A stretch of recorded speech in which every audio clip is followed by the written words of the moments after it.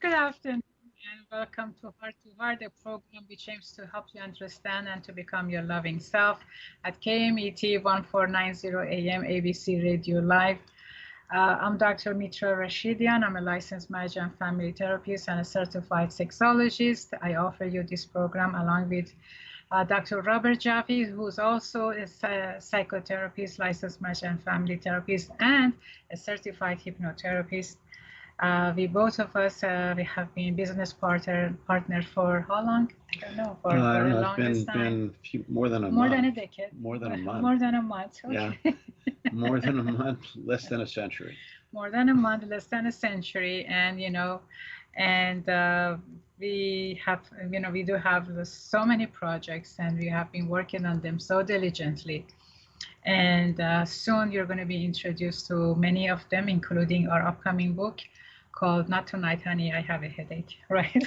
Not tonight, honey, I have a headache, right? And then we are working on so many ebooks so that they are easily to have access to and for downloads. And of course, we have our Facebook, Heart to Heart, that you can go and visit our, prior shows, and as well as you can see them on KMET, website, so you have access to everything we have done and everything that we will be doing in the future, right? Absolutely. And today we are looking at attachment, which we actually talked about, We did. right? Trauma and addictions and codependency, all impacting relationships, right? Right. So, Dr. Jaffe, what are we going to be talking about today in that regards? So we're going to be, today we're going to talk again about addictions, the most prevalent of which is the codependency. Codependency is not an addiction to a drug or a substance. Codependency is addiction to being validated. And I like that. Addictions to be validated. Yeah, to being validated. So somebody who is highly codependent, as they're walking down the street and they pass someone and they smile at someone and the person doesn't smile back at them, it ruins their day. Right? And, how dare people are like that? How dare people not look at me and smile at me, and that's, of course, an oversimplification, but mostly people who get into codependent relationships are undervaluing their own feelings and emotions and overvaluing the opinion of their partner. So, what I say is you go to bed with someone at night and you wake up in the morning and you get up and you look at your partner and you say, "Good morning, how am I?" And why do you say, "How am I?" Because they get to determine how you are. If they go, "Oh, you're great, you're terrific, I love you," then you can feel good. And if they say, "You don't look so good, did you get enough sleep? Oh, there's some bags under your eyes," then you don't feel good. So now people say often, well, doesn't everybody feel that way? Don't we all want to get the positive and not the negative? And I say, of course, we prefer that. But it's one thing to prefer it, and it's another thing to need it in order to feel okay about yourself. So, and there is a line of distinction between those two. Codependency, like all addictions, usually begins in childhood from a family that undervalues feelings and emotions and overvalues behaviors. What does that mean? That means that the feelings and emotions of the children and even of the parents aren't discussed. They are not acknowledged as being important, and even sometimes they're told that they're unimportant. Feelings. What does that mean? All the world cares about is whether you achieve something, right? And so forget about your feelings. Just work on despite your feelings. You know, it doesn't really matter what you feel. What only matters is what you achieve. Right. Right. Right. And unfortunately, there's a lot of people who are walking around believing that. And what is wrong with that? What is wrong with that? So what's wrong with that is you become addicted to the achievement or pleasing the other person, or if you're in a competition, pleasing the judge, right? So that you get the blue ribbon, and and so you get it, but because you don't have it wasn't something you wanted to do to begin with, you don't get a good feeling from it. And if you do get a good feeling, it's for a moment, and then it passes, and then you're back into the next achievement. So what happens is you end up feeling pretty empty at the end of it. And what happens in codependent relationships is that you end up feeling empty because you're relying on your partner for how you feel. And your partner is just a person who's going to go through the various ups and downs in their life, and they are not always reliable to give you what you believe you need in order for you to feel good about yourself. So what's the solution to that? The solution to that is to first recognize that that's going on for you. Because as we talked about in the last hour, without the awareness that something isn't working, you can't focus on what it is you need to do to change it. And so that's what happens in most cases. Most people do not go to therapy.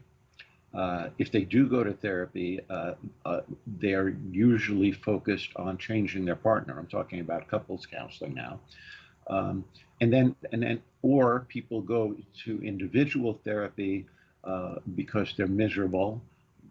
They may have some idea of what's going on with them, but a lot of the times they still believe that it's things outside of them that are making them miserable. And things outside of them impact us, but they don't control us. So it is possible to go through very, very difficult situations and not get depressed. It depends on your viewpoint. Um, Now, that being said, the quintessential element of that is the recognition that you have control over your thoughts, and the way that you think informs how you feel. Right. Exactly. And it isn't so simple to say, oh, I'm just going to think right now that I'm rich and I'm going to feel rich. Because if you have a pattern of thinking that you're poor, or thinking that money doesn't grow on trees, or thinking that money is hard to come by, then that pattern is in place. And thinking that, oh, now I'm just going to think, oh, I'm rich for a moment, or to repeat it as a mantra to yourself, I'm rich, I'm rich, I'm rich, I'm rich, is going against all of those patterns inside of yourself. And so probably you're going to get frustrated because it's not going to work for you. Right. And we see many of these in therapy. Yes. Right. We Yes. see couples coming in and they have all these expectations. They have all these, viewpoints that is all a good reflection of how codependent they are. Mm-hmm. Right. Mm-hmm. And then we usually, in relationship, we look for another codependent so that we can match up. Mm-hmm. Right. Right. That, we talked about this in our an hour ago. Yes. How our attachment style comes together. Yes. Right. Mm-hmm. So the same thing is with codependency. And I don't know, I was just thinking, and I'm just going to say it maybe, that what do you think of, is codependency a form of attachment? Well, yeah, codependency is an insecure attachment. It's insecure attachment. It's an insecure attachment, yeah. And so because we feel insecure, usually because we observe that with our parents being insecure, our parents modeled insecurity to us, and our parents projected that insecurity onto us. And when we're children, we are dependent on our parents to show us the way. How am I supposed to be in the world? And if our parents are insecure or frightened, or have trouble making decisions, or don't think highly of themselves, we pick up on that. And in general, this is not true for everyone in every situation, but in general, we learn from our parents how to be in the world. Yeah. And so if our parents are insecure, and we learn to be insecure, then we look for something to make us feel secure, rather than uprooting the source of our insecurity and learning how to change that within ourselves. Right. Right. Yeah. Exactly. I mean, codependency, like you said, the biggest addiction in society that's not recognized as an addiction. It also may not be recognized as kind of, the foundation of many problems in relationship. It is. It is. Yeah. Right. That's why I said maybe, I don't know if, I mean, you made that a part of, insecure attachment, Mm-hmm. right? I somehow I want to make that a category of its own. Yeah. Yeah. Well, Bowlby, they and the other psychologist that you were referring to, yes, and Daniel Siegel, yeah. They and a lot of books have like three categories of attachment, right? They have anxious attachment, they have avoidant, and they have secure. Right. I think that those are good categories. I think there could probably be more categories. More categories. Yeah, than that. And it doesn't really matter what label you give it. What matters is how much you can rely on yourself to navigate relationships in a way that brings you the joy that you're seeking. Exactly. And actually, that's a very, very good point, that giving a patient a label of mental health versus helping the patient to become aware of the behavior, the beliefs, the patterns that makes them fall into that category, Mm-hmm. and helping them to overcome it. I'm not so much into labeling people with a diagnosis. Mm-hmm. Where in fact I see that, some patient of mine, they come in and they say, well, I've been told by my psychiatrist that I'm a borderline. Mm-hmm. So I'm being told that I am, what do you call it? I'm bipolar. Mm-hmm. So what do you expect of me? I'm a bipolar person, right? Right. So let's discuss some of that, Okay. after our commercial break. Okay. What do you think? Sounds great. Okay. And we're going to take a quick break right now. Hope this is interesting for you, and please stay with us, and we will see you in a moment.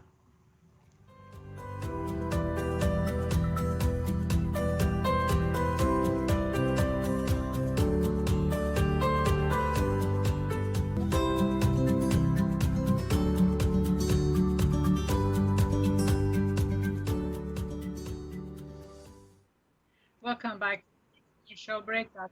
Isra and Dr. at KMET 149 AM ABC News Radio Live. For those of you who are just tuning in, our discussion this week is about codependency, addictions, trauma, and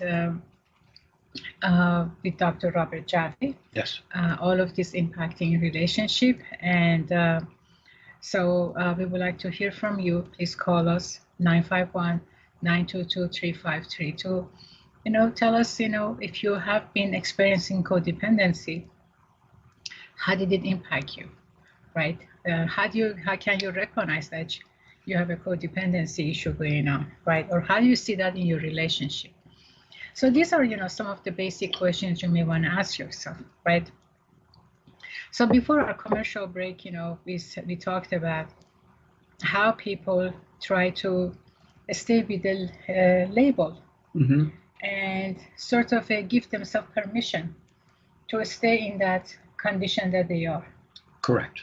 Right? Correct. So I have a patient, she's told that she's bipolar by her psychiatrist. So every time, we talk about some things, and she said, well, what do you want from me? I'm a bipolar, so I do this way, I behave this way, or I talk this way. And I said, well, the issue is not the label. The issue is her belief about herself. And then again, she repeats this, but my psychiatrist says I'm a bipolar. So sometimes I'm high, sometimes I'm low, sometimes I have no idea where I am.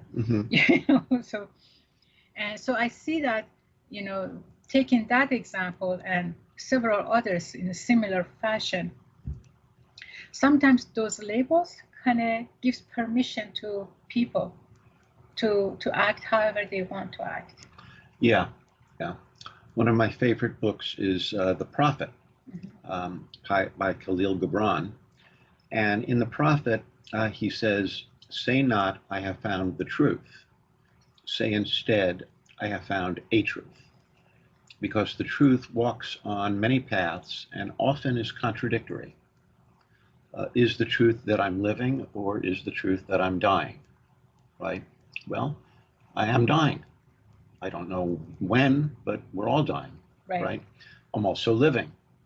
Am I male or am I female? Well, I'm male, but yet I came from both. So I must have female in me. Right? Am I smart or am I not so smart? Well, in some ways I'm smart, in other ways I'm not so smart, right? There's a lot I don't know, there's a lot I do know. So but the reason I'm saying that is because you're bringing up the idea of attaching yourself to a label or a diagnosis. And diagnosis is an attempt by the medical profession to reduce people to symptoms. And so there are people who are very expert in doing that, and they've written a book called the DSM, a Diagnostic Manual of Mental Disorders. Started off with the DSM, then it became the DSM-2, 3, 4, now we're at the DSM-5. And it's getting thicker. And it's getting thicker. Yeah. And so with each classification, there's a diagnosis code. And one of the codes is 300.02 in parentheses F41.1, which means generalized anxiety. And many therapists have called that the insurance company code. Right. and that's because when you use that code, the insurance company has to accept it. And it often can apply in general to a lot of people because it's so generalized. But it gets the person the reimbursement. Yeah. In the 1980s, insurance companies actually covered psychotherapy, and they covered it just like they covered any medical condition. And unfortunately, since there wasn't a solid way of determining, whether the person was seeking therapy, quote unquote, for a valid reason or not valid reason, the insurance companies started to go, oh, maybe we don't have to pay on this. So let's figure out how we can not pay on this. And little by little, they started relying on these diagnostic codes to help them to determine whether the person should have therapy, and then they started to put their nose in what kind of therapy and how many sessions the person should have. So now it's very, very difficult unless you have a super great insurance working generally for a big company. And even that's becoming more difficult. I have a client who's very high up in Cadillac and has great insurance, and they were paying for a while, and then they started to say, we don't think you need so much. So they just arbitrarily cut back on the insurance benefits. The insurance people decided that the insurance people decided what he needed and what was valid and what wasn't valid. But you as a clinician had to say it had no meaning to them. It had, yeah, exactly, exactly. Because Or the basic, patient's condition had no meaning to them. exactly, exactly. So, personally, I think that the DSM has value in that clinicians can talk in shorthand to other clinicians and can say, well, this person has bipolar tendencies. This person seems schizophrenic in this way. This person is depressed.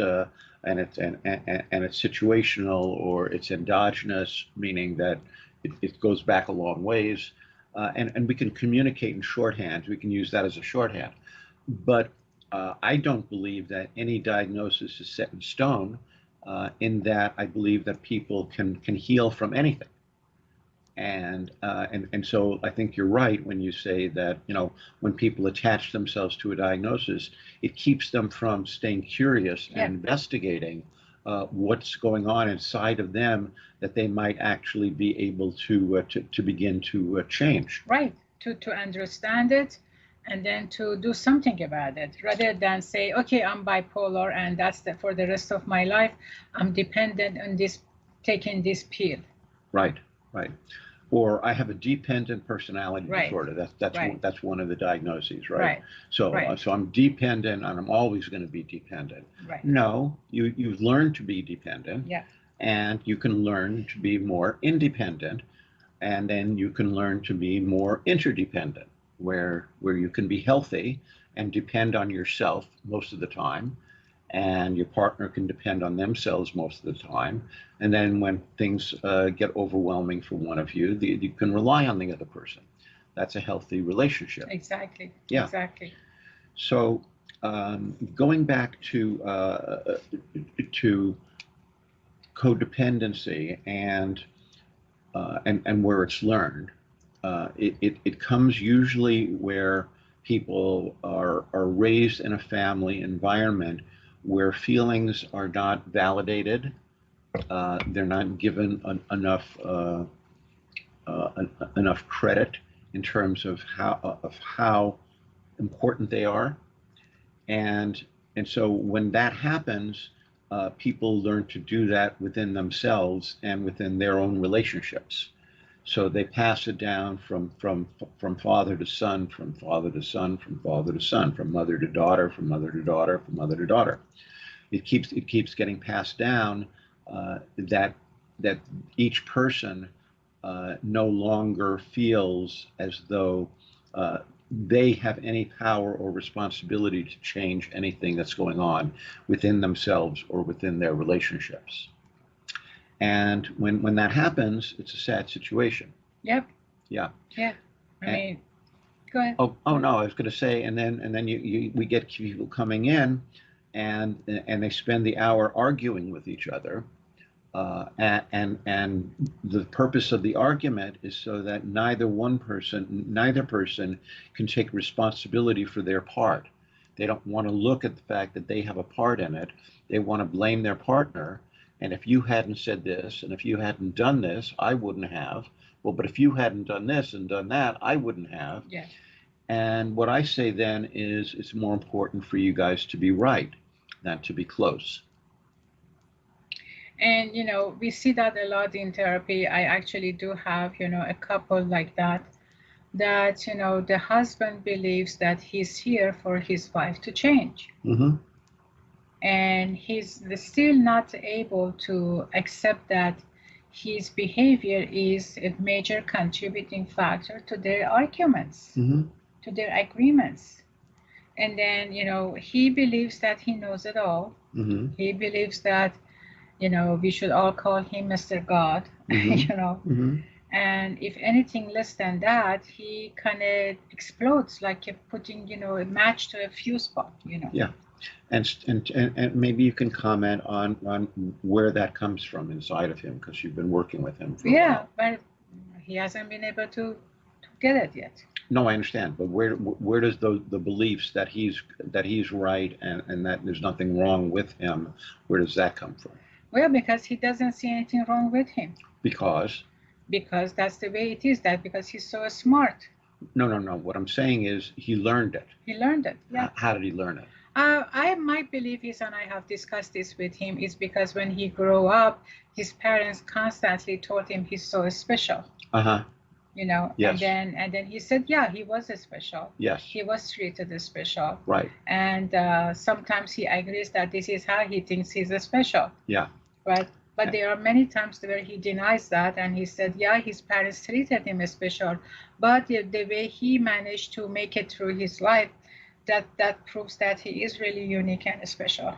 Yeah, and also you mentioned that he has some physical deformities. Right. Right. He does. So with the physical deformities, his parents telling him that he was special, his parents were probably trying to make him feel better about his physical deformities by telling him that he could accomplish things even though he has these physical deformities, and he took it as there was nothing ever that he could do that was wrong. Yes. Because his parents were overcompensating Right. for the physical deformities. Right. Yeah. But the issue is also that he doesn't want to look at his physical deformities. Right. Right. Yeah. And so that becomes the issue. That becomes what we call in therapy the elephant in the living room. The elephant in the living room is a metaphor for when there are things going on in the family that are happening at the subconscious level that everybody is ignoring. And so one of the things with this particular individual that you're talking about is he ignores his physical deformities because it would be very painful to admit to himself that he doesn't look like everybody else. And the pain of that is so powerful that he has attached himself to the idea of nothing is wrong with me and I'm perfect. And that perfection then informs his relationship with his wife, and therefore anything that goes wrong in the relationship cannot have to do with him. It always has to do with her. With her. Yeah. Yeah. So that's a perfect example of somebody who has been impacted negatively through the subconscious belief, and where the subconscious belief comes from. Growing up. Growing up. Yes. Yeah. Yeah. So in the beginning, there was childhood. and people, because they don't understand that, number one, the subconscious exists. Number two, not only does it exist, it informs the way we think, feel, and behave.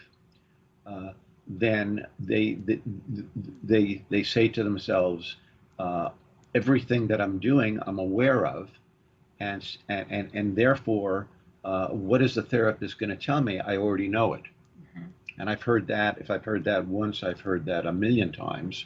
I already know everything the therapist is gonna tell me. I've had people come into therapy and tell me that, and say, "Well, I already know everything that you're saying." And I say, just like you say, "Well, if you know it, why don't you act it?" Right. Right. Right. And they say, "Oh, but I have been acting that." Yeah. She's the one who's not getting it. Exactly. He's the one with the problem. Right. Yeah. Right. And so we call that in therapy a projective process. Mm-hmm. Projective means that anything that is anything that is incorrect, wrong, hurtful, negative about me, I don't want to accept that I'm doing.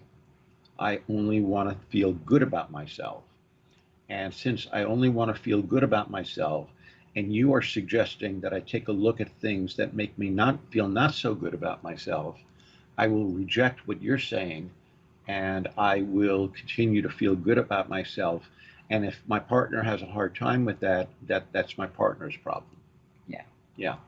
So what we're looking at then is people who are so invested in not becoming curious about themselves, because they're afraid underneath that if they do, they'll unwrap something that is too difficult for them or too painful for them, that they would prefer to stay in the situation that they're in, even though that situation isn't what they want.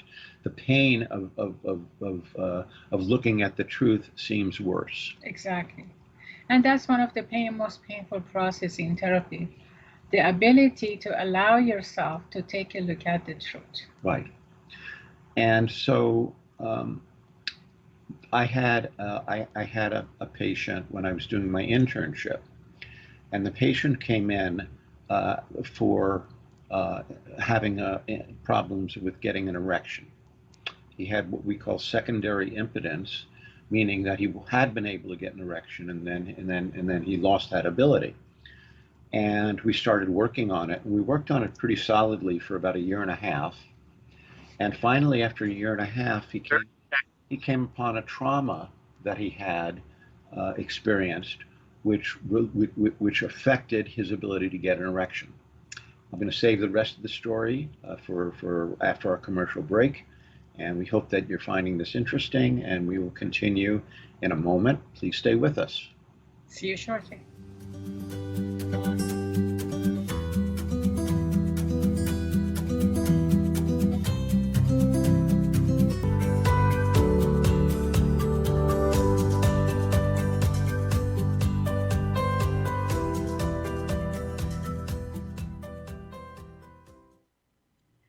Welcome back from our commercial break. Dr. Mitra and Dr. Robert here at Heart to Heart program, offering you another episode on codependency, attachment, trauma, addictions, all impacting relationship with myself and with Dr. Robert Jaffe. Mm-hmm. You were giving us a story, you give us a piece of it so you can keep us interested to join you again. I used a little device there to hook you guys back into coming back to our show. So, but actually, so what I was referring to was how we become committed to denial. Right.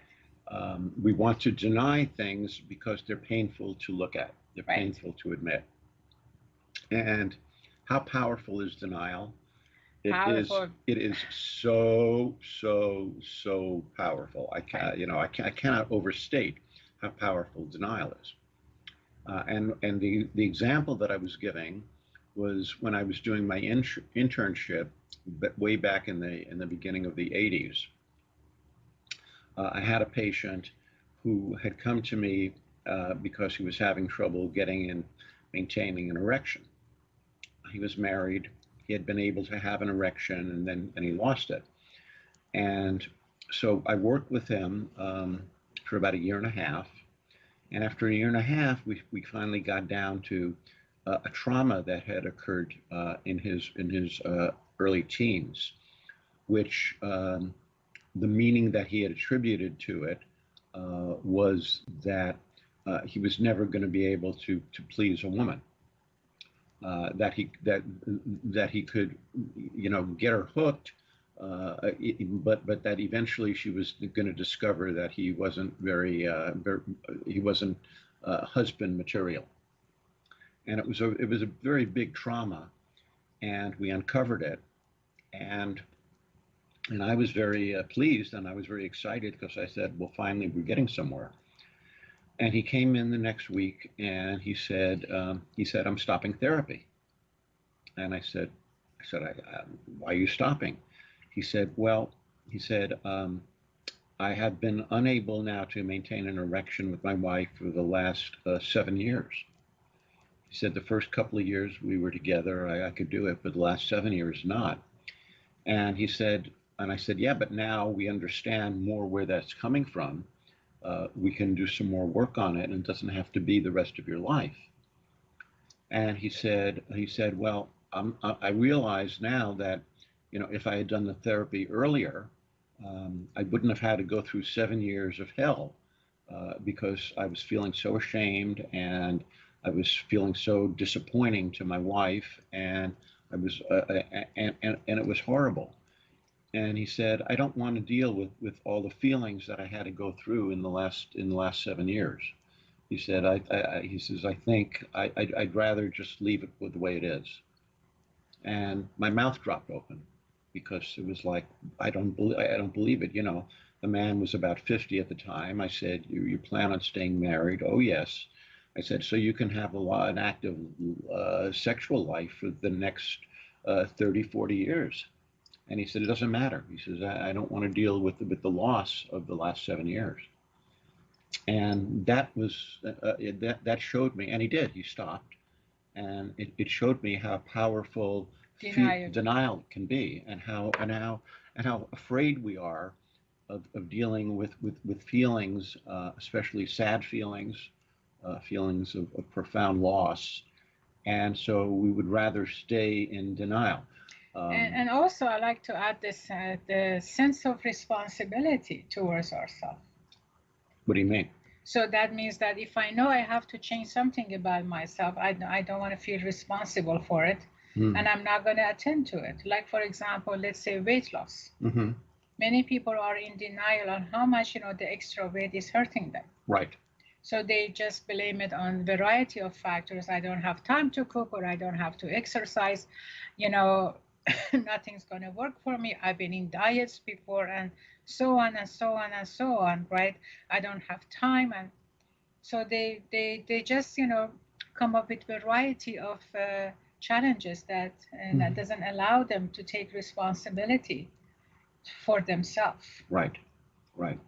Because a lot of what we're talking about is having an internal critic inside of us. And that internal critic is so powerful that it doesn't allow us to look at anything that needs improvement. And so if we can't look at it, we can't work on it, and we can't, and so therefore we don't believe that we can change. Right. Because we have that internal critic, and that internal critic has never been uprooted and shown the light of day, where we can start talking to that internal critic to see, wait a second, why are you telling me this, internal critic, and who are you? How did I learn to have you in my head? Right? We just believe the internal critic, and because we think it's coming from our own mind. Well, we think that the internal critic is right. Yeah. Yeah, we believe it. We believe that. Yeah. Yeah. And so we have to look at, okay, if we have an internal critic, how did we learn to create that? Because if you look at children who are around the age of 9, 10, 11, 12 months old, they're learning how to walk. Yeah. How do they do that? They get up and they stand, and it's like, wow, I'm standing. And then they try to take one foot forward, and then they fall. But then they get up again. And then they take another step forward, and then they fall. And then they realize, oh, wait a minute, if I hold on to this handrail, I can actually hold myself up. So they start walking with the handrail. And then they let go of the handrail, and then they're able to take 2 steps, and then they fall. But the reason that they're able to keep doing it is because they have not internalized the internal critic. Right. Right? On the other hand, I have a client who, because children usually start talking around the age of 2, some do earlier, but I have a client, a 50-year-old gentleman, who didn't talk until he was 4 years old. Wow. Yeah. And of course, they thought there was something wrong with him. He understood everything, and he could respond to commands, and he would like shake his head and let people know yes or no. But he didn't talk till he was 4 years old. Well, if you look at his upbringing was very, very strict, and his father was very critical, and his mother was very emotionally unstable, and so he had a lot of fear of saying something and getting criticized by his father, and in getting and setting his mother off into an emotionally unstable place. So he picked not talking as a safe way of being in the world. Right. Yeah. Right. And he grew up with that belief, and so he aspired, when he came to see me, he aspired to actually wanting to be not noticed. He thought that being invisible and just blending in was the way to be. And so he's been working diligently for quite a while on learning that that doesn't have to be the way he is for the rest of his life, because it's very he's in a marriage, and he really and his wife is very loving, but also gets frustrated because he won't say how he feels, Right. He because is he's still acting like he's back at home, because that's his emotional imprint.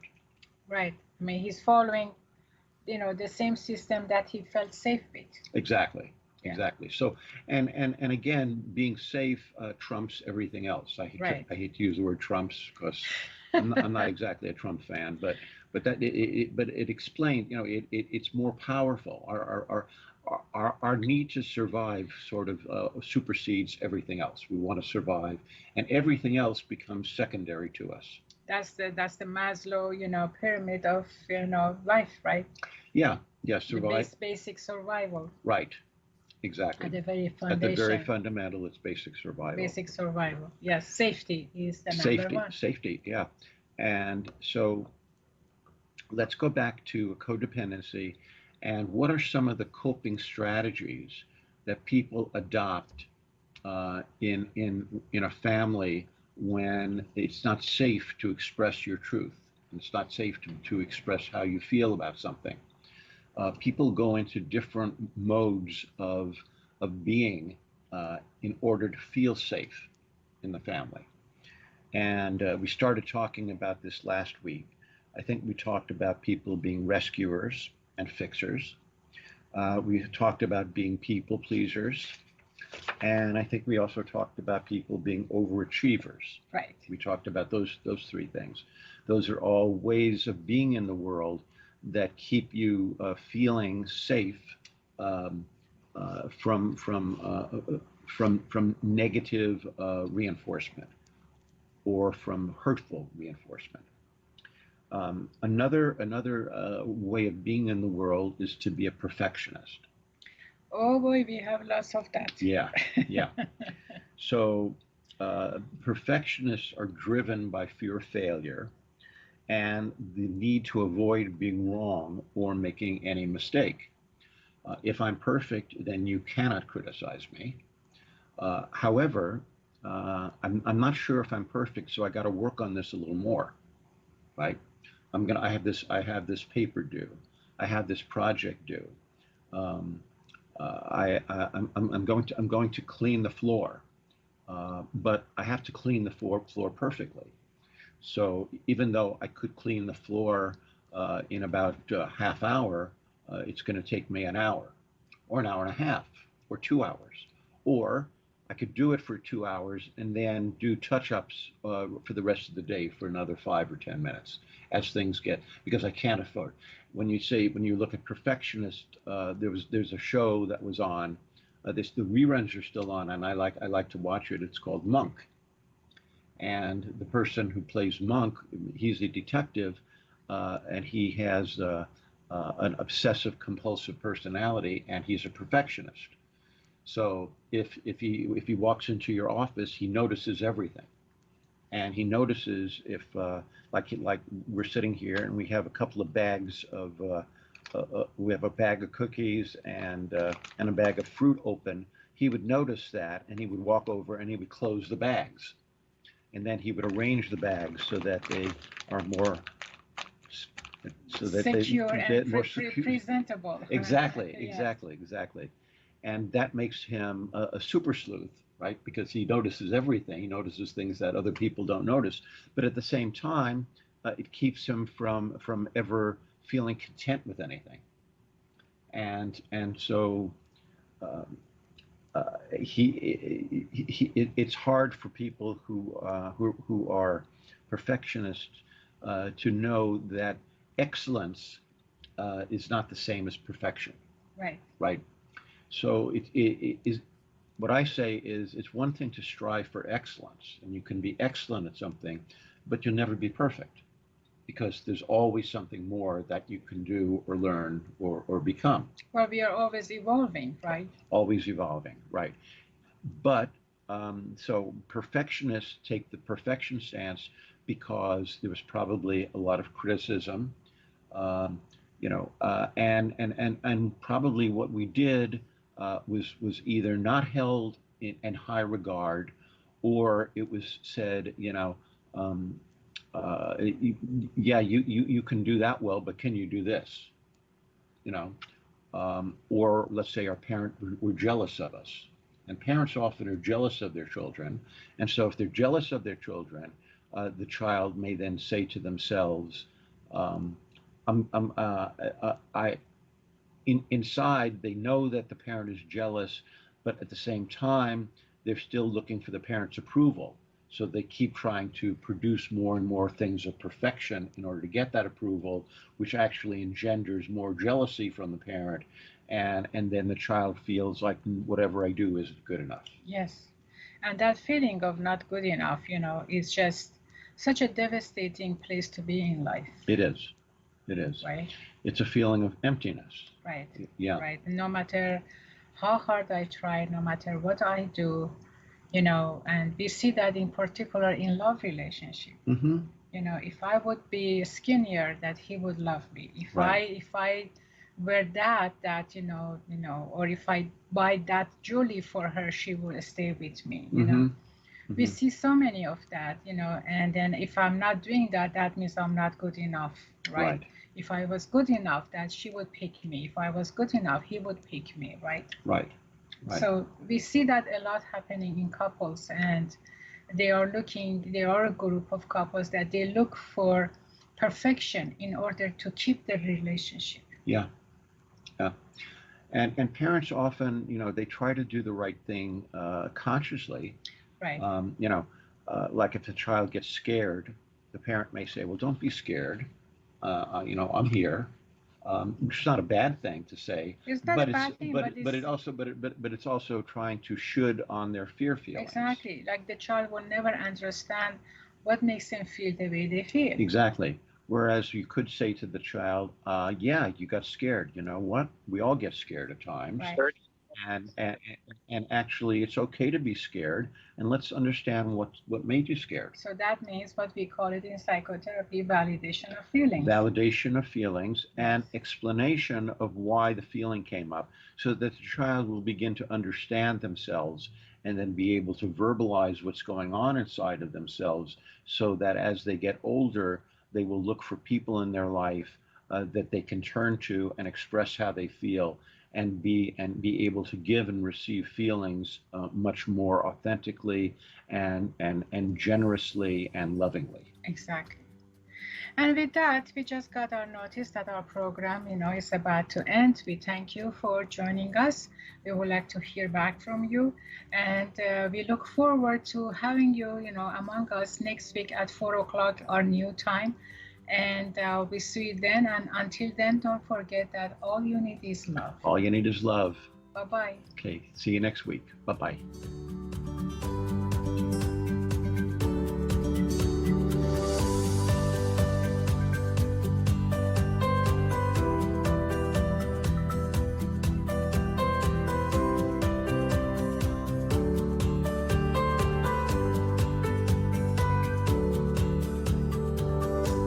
The proceeding was a paid program. Views and claims expressed are those of the program producer and are not endorsed by this station. Opinions